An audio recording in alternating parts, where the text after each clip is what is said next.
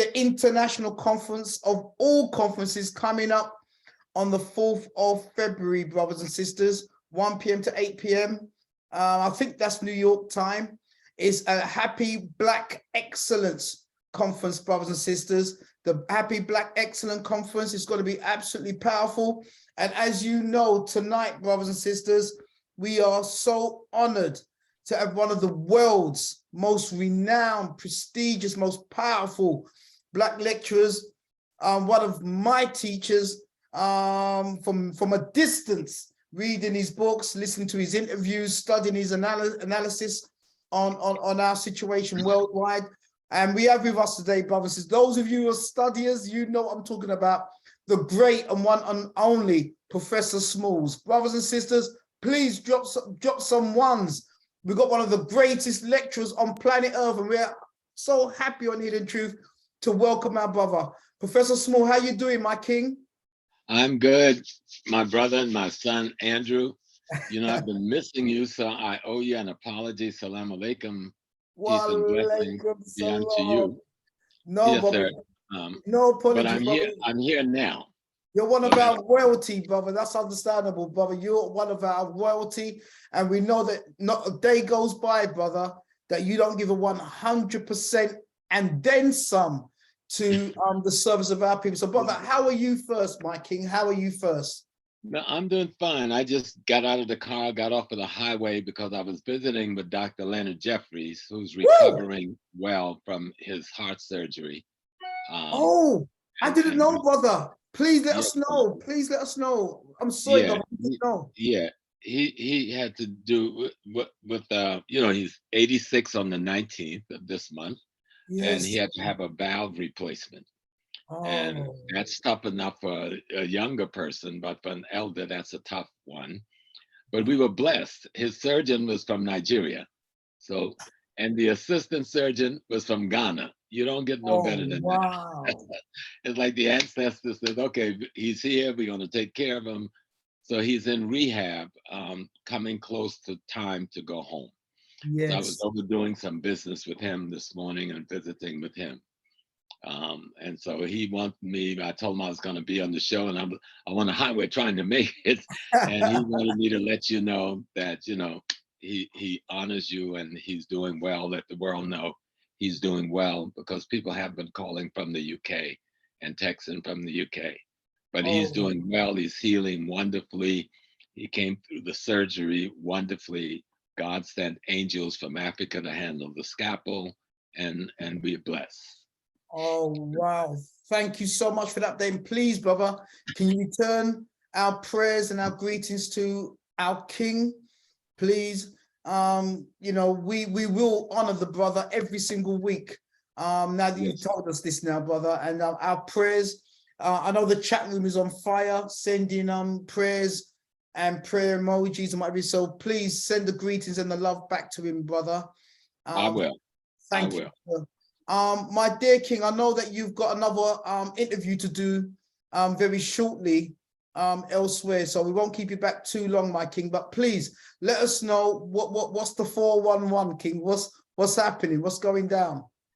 Well, the key thing is the conference in February 4th, the HAPI conference, and it's the, you know, Be Black Excellent conference, which represent a world perspective. So you're going to have Baba Kaba is going to be there. Baba Mfadishi is going to be there. We expect Dr. Jeffries to be well enough to be there. Yours truly will also be there. And my beautiful sister, Madam Dr. Susan Tata, will be there from Pan-African Daily TV. So I don't know whether you're going to be there, Andrew. I was hoping that you come over. Brother, I was invited to come, but brother, from what I understand, is that we in America you still need the vaccine. So brother, I'm not taking that. I'm sorry. I haven't traveled for so long, so I forget about those little things going on. I would have been there. You should have called me. I'd have sneaked you across the Mexican border. You know, I could have rolled you right up in here. Yes, king. But it's good to see you, and the conference on the 4th is an important conference. And we're still talking about the fundamentals. You know me, Andrew, it's always economic politics, culture, Yes. married as one. It's always controlling the neighborhood you live in, controlling the community you live in, knowing your history to erase the enemy's mystery. They may sound like cliches, but they're not, They're not. because your history is your foundation. And without that, you have nothing to stand on when you talk about building a future. And this is about building the future for the African world, building the Africa we want to see at home and abroad, because our people is our nation, wherever we are in the world. And we have to be very clear about that. It doesn't matter whether you call yourself, if you say I'm foundational Black American, you're African. You Thank say you. I'm Haitian, you're African. You say Thank I'm you. Jamaican, you're African. You say Thank I'm you. African American, you're African. You say, Thank oh, I live in the UK, so you're African. you. Okay. And at the end of the day, the foundation is Africa. All right. Africa. And we are responsible to that real estate and the people on that real estate. Yes, many of us have been away from home for centuries, and we've gone through some terrible genocide and other things. But look at us. Have we not survived as strong Africans? Is the world still not afraid of us? Should we not have been gone? Come But on. the world look up and say, oh my God, we tried to kill him, it didn't work. We tried to burn him, it didn't work. We tried to work him to death, it didn't work. And guess what? They're not only strong, they're stronger than they were when we put them on the boat. Woo! Teach. So we have an obligation to our mother and our father, which is that continent and its people.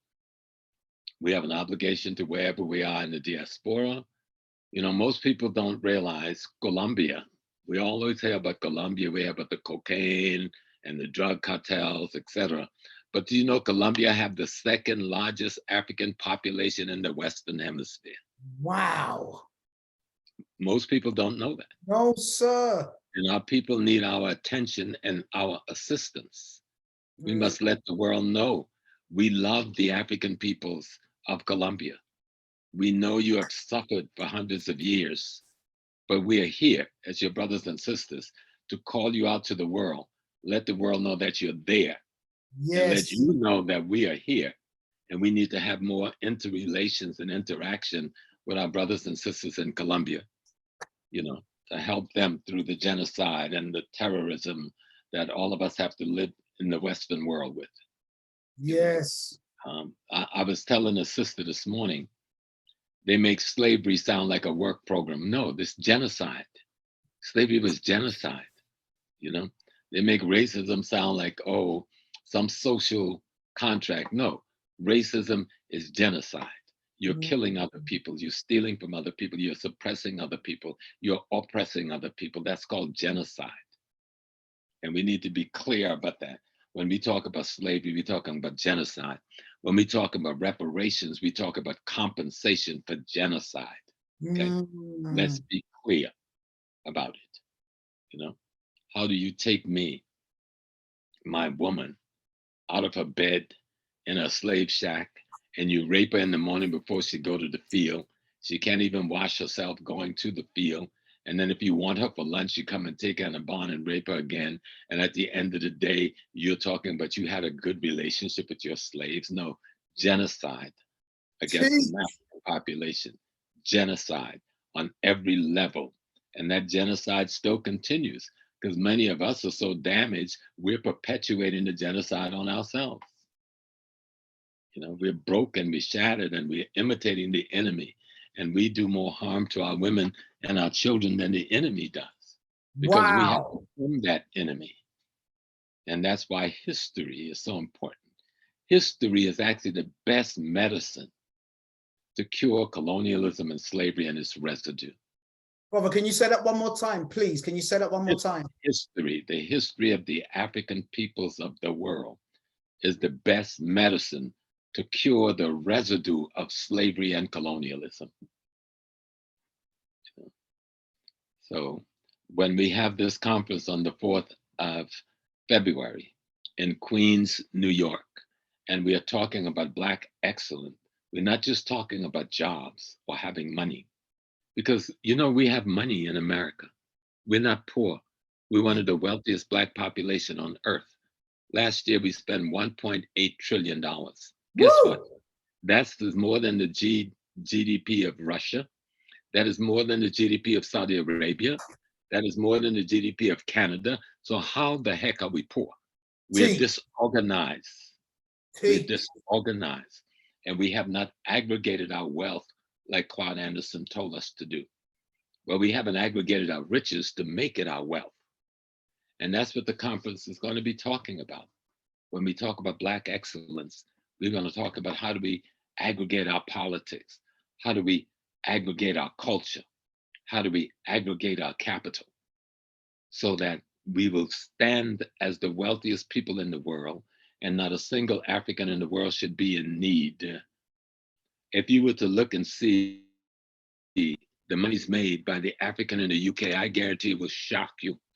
Yes, sir. It will shock you, the wealth that we have, but because we haven't organized the wealth, we appear to be impoverished because we have fragments scattered all over the place. Bring the fragments together with the wealth it possesses. And we're one of the wealthiest ethnic population in the UK. Certainly one of the most educated population in the UK, because only the best of our best will they even allow in, because they want us to help them build. Yes. And that best has demonstrated an extraordinary capacity for education and for learning. So that's why history erases the mystery. History lets you build a foundation to stand on to rebuild Africa. We have to deconstruct the enemy's Africa, and we have to reconstruct our ancestors' Africa. No other way to do it. Deconstruct to reconstruct. And make sure that all of our content has a clear African intent. So if you're into engineering, have an African intent. You're into architecture, have an African intent. You're into reading, have an African intent. You're into writing, have an African intent. If we keep the intent African when we deal with the content that we do in the world, we will reconstruct the Africa we want to see. And it's happening. I'm listening to our young people, Andrew. I'm so proud of your generation. I'm watching the best generation we've ever produced. But we need to come together with one another.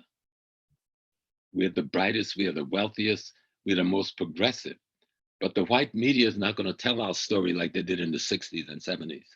We have to tell our own story. That's why your show is so important, because it allows us to tell our own story.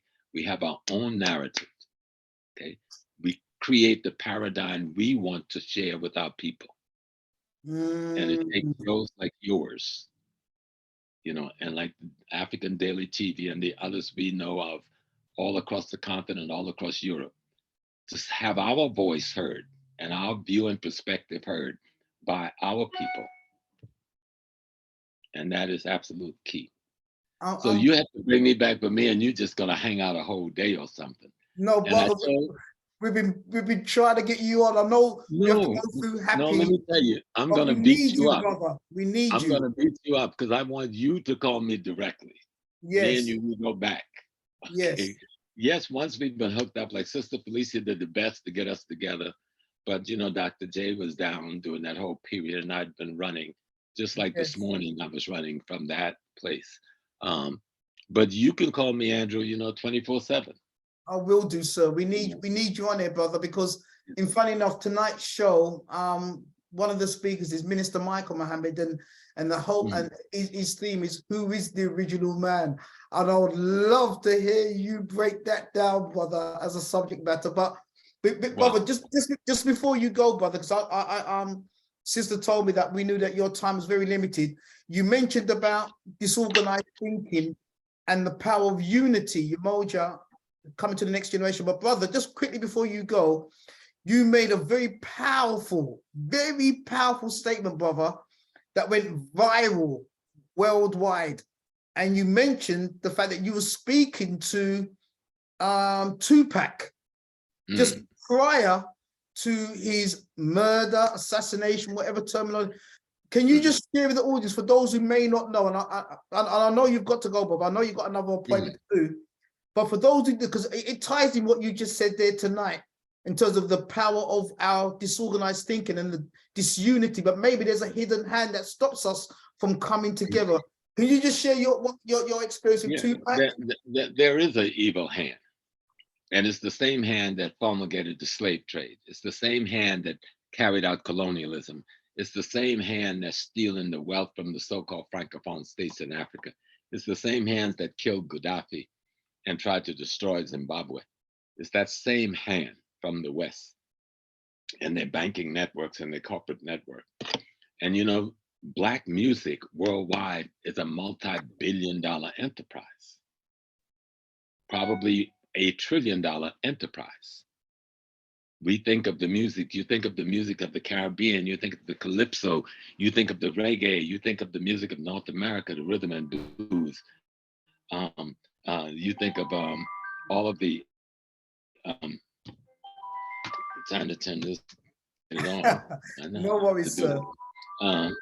Yeah, but when we think of music, we don't think of the billions and tens of billions, hundreds of billions that it makes for other than African peoples. Teach on that.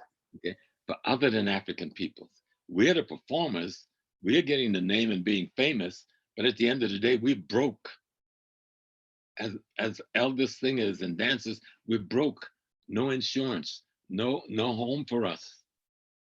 And we end up on drugs and alcohol and dying young because we didn't watch the hidden hand of the same oppressor that ran the slave trade, the same oppressor that ran colonialism, the same oppressor that ran apartheid, the same oppressor that committed genocide, controlling the very music. And they're on the continent of Africa now. When we think of, you know, once they had ignored us on the continent, but now they're all over there trying to be our managers. They want to manage our youth. They want to tell us how you can distribute your stuff, how you're going to get your patent, and they're controlling all of the elements that make up the music industry. Tupac's mother and father and I, we were friends. That whole family. Can you say that one more time, King? Say that one more time, please. Tupac's mother and father and myself and my family, we were friends.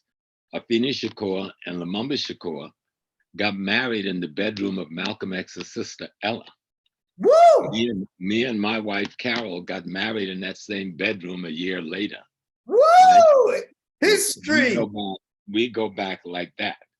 History. Lumumba Shakur, the husband of Afeni Shakur, was the captain of the Black Panther Party Harlem branch. This is before Tupac was born. Wow. Tupac's uncle, Matula Shakur, was running an acupuncture program at Lincoln Hospital in the South Bronx. You know, Matula just got out of prison after nearly 40 years, and to wean our people off of heroin. Tupac Shakur's other uncle was Zaid Shakur, my best friend, who was the captain of the Black Panther Party in the Bronx. He was also the husband of Assata Shakur. And it was him who was murdered on the turnpike that day when Assata had to defend her husband and herself and shot the trooper. And so me and the family have that kind of relationship going back and struggle. So Tupac and my children kind of knew each other, grew up together, went to school, hung out together. And there was this whole rift going on in the papers about Tupac and Biggie being at odds. Even the night Tupac got shot in New York, I was one of the first persons called. I got to the hospital before his mom got there, you know, me and the Sons of Africa and Dr. Barbara Justice, trying to make sure we can make sure he was safe. And that's how he was gotten out of that place and disappeared. That's history. So people can know, because a lot of people may not understand who I am talking to them, you see. Teach on this, Father. Give you some foundation. Come on. And so one day Tupac called, he was talking to my daughter Naja, who was his very good friend and sister. And he told Naja he wanted to speak to me. So I got on the phone and he said, Prof, I'm on my way to New York after this fight in Vegas, and I need to come and sit down and talk. So I said, okay, fine, because I need to talk to you.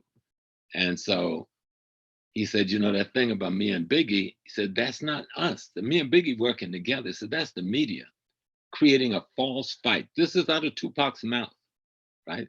He said, the media is creating this false fight between me and Biggie. That's not what's happened. He said, Biggie and I, we are trying to take control of distribution of rap music.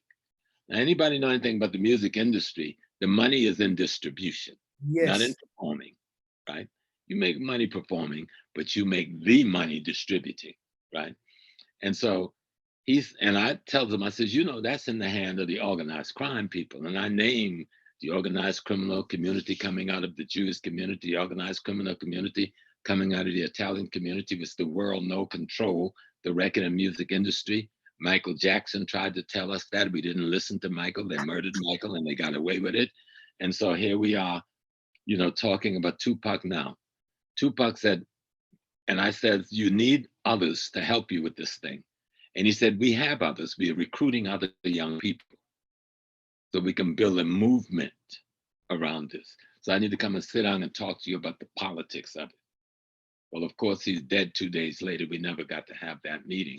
Wow. And so I told the story to some of the rappers because people don't know the story. But if you know my history, the reason I'm that close to the Shakur family, all of the Shakur's brothers were part of Malcolm X's OAAU and the Muslim Mosque Inc. Well, when Malcolm gets assassinated, which most people don't know, Brother Muhammad, I'm the guy that succeeded him as minister of the Muslim Mosque Inc. Back in those days, known as, I don't know if I ever told you that. No, brother. You know? I love the history. I love the history. So in those days, I was El Hajj Amin Shahid. I've been to Mecca twice. Wow. You understand? So there's a lot that the world don't know about me because you know how you had to live back in those days. We lived behind a curtain. We lived behind a shield. Legend. You know, and that's why when I came into that leadership, there was no war between the nation and our people. That might have been in the white media and all that other stuff, but we silenced that war between us. You know, Khalid and myself. I remember when Khalid set up the meeting between me and Minister Farrakhan. Wow. And we had our embrace and showed our respect. You know, so I think the minister is one of the greatest leaders we've ever had, but it's going to take history to tell his story because he's lived long enough to do extraordinary things that most of our leaders never lived long enough to do. But we're not listening to the teachings of the minister. And I'm telling people right now, hear from my voice, I'm Malcolm's man. All right. And I'm telling you, listen to the teachings of the minister.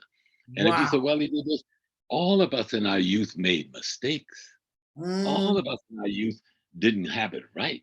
Some of us in our old age still ain't got it right. We're struggling. This is a struggle to be the God beings we want to be, to bring the African spirituality back to light in a way through the teachings that it'll do you some good if you grasp it and understand it.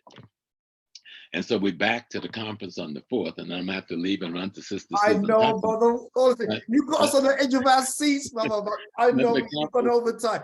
Brother, sister, you've gone overtime, please. You know, the HAPI Black Be Excellent Conference on the 4th of February in Queens, New York. Please contact HAPI Talk. Buy your tickets. Let there not be a seat left in the place. It's going to be an extraordinary event.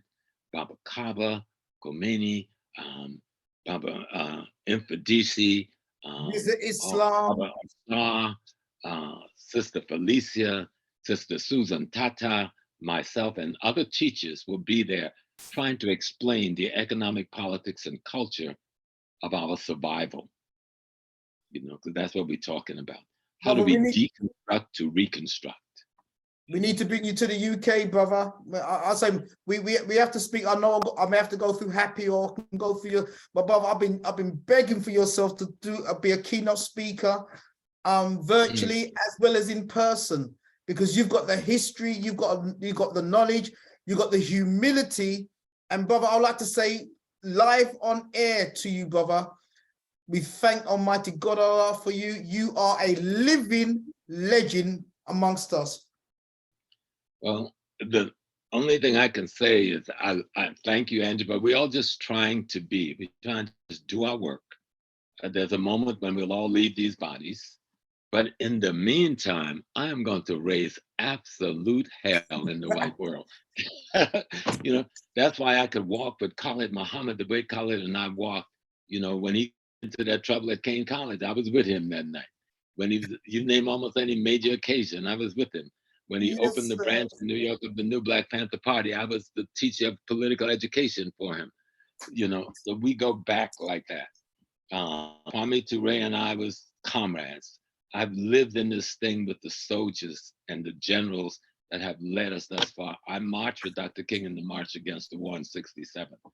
I am real. I've kept myself very silent in terms of my history for most of my life, even though I've been teaching for almost 60 years in the out front teaching.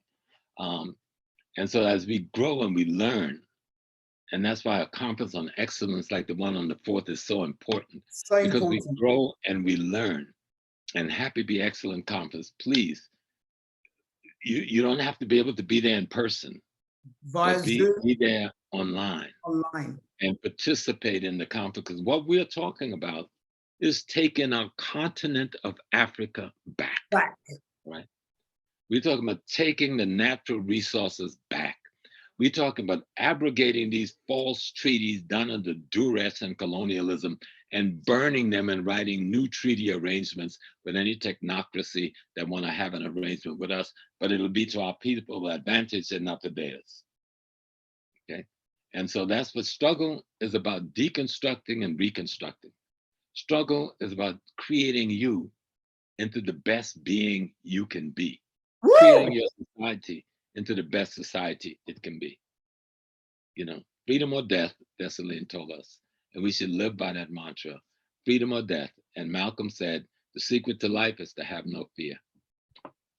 So I'm going to have to leave you, my brother and my sisters. Oh, we love you, brother. We love you. We love you. We love you We too. love you. Me and my family and my comrades, we love you. We know the fights you have to go up against in the UK, because you know I've been there multiple times through the years, going back decades. We need So you. we know we will be victorious. We know we will win. And we understand, as some of our leaders have taught us, we've really already won. We now have to negotiate an amicable victory for ourselves. Because no one can defeat us. We are the universe. No one can defeat us. Come on, my king. But let me go. I love you, brothers. Love you, Salam king. alaikum. Well, ladies and please give my love. You know, Give our love to your wife, your beautiful I wife, will. my king. Please. We've And been all the together family. 51 years. Everything I told you, that young lady has gone through it with me for 51 years. You know, We love you, king. We her name love you. is Sister Tahara. Tahara. You hear So, that, brothers and sisters? all right, brothers. Peace All and right, my blessings. king. Peace and blessings. And thank you for doing overtime with us tonight. Thank you very much, my king. One love. Brothers and sisters, you heard from the legend himself. Come on, man, show some love. He was meant to have gone over 20 minutes ago. He's got a very important interview he's doing, brothers and sisters, and he stayed an extra 20 minutes with us. I'm humbled. I just don't know what to say. This was teachings tonight. And brothers and sisters, would you like him?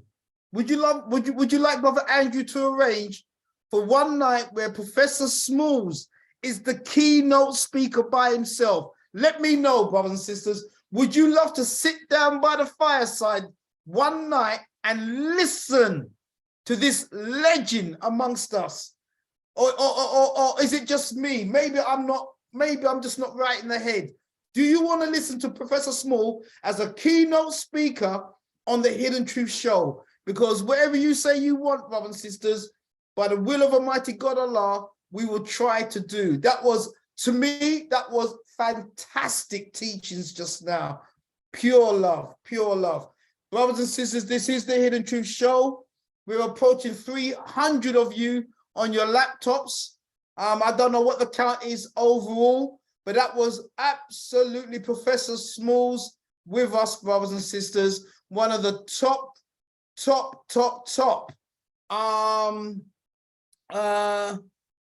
not lecturers, professors, studiers, researchers we have in our community. this has been an amazing night, brothers and sisters. And Hidden Truth is here. We love you, Professor. That's right. Whoever said that, I agree. We love you, Professor. This is the Hidden Truth Show. And we're going to make sure, brothers and sisters, that we give you everything you desire to make sure that this is going to be a powerful night. Brothers and sisters, can you believe we haven't even got onto our keynote speaker yet? But yet, you know what? Time is absolutely moving very fast, very fast. We got a night lined up for you tonight. Brothers and sisters, we are going to jump into our very first keynote speaker, a brother that we love dearly. If this is actually working, my laptop has slightly gone down, brothers and sisters. It's gone.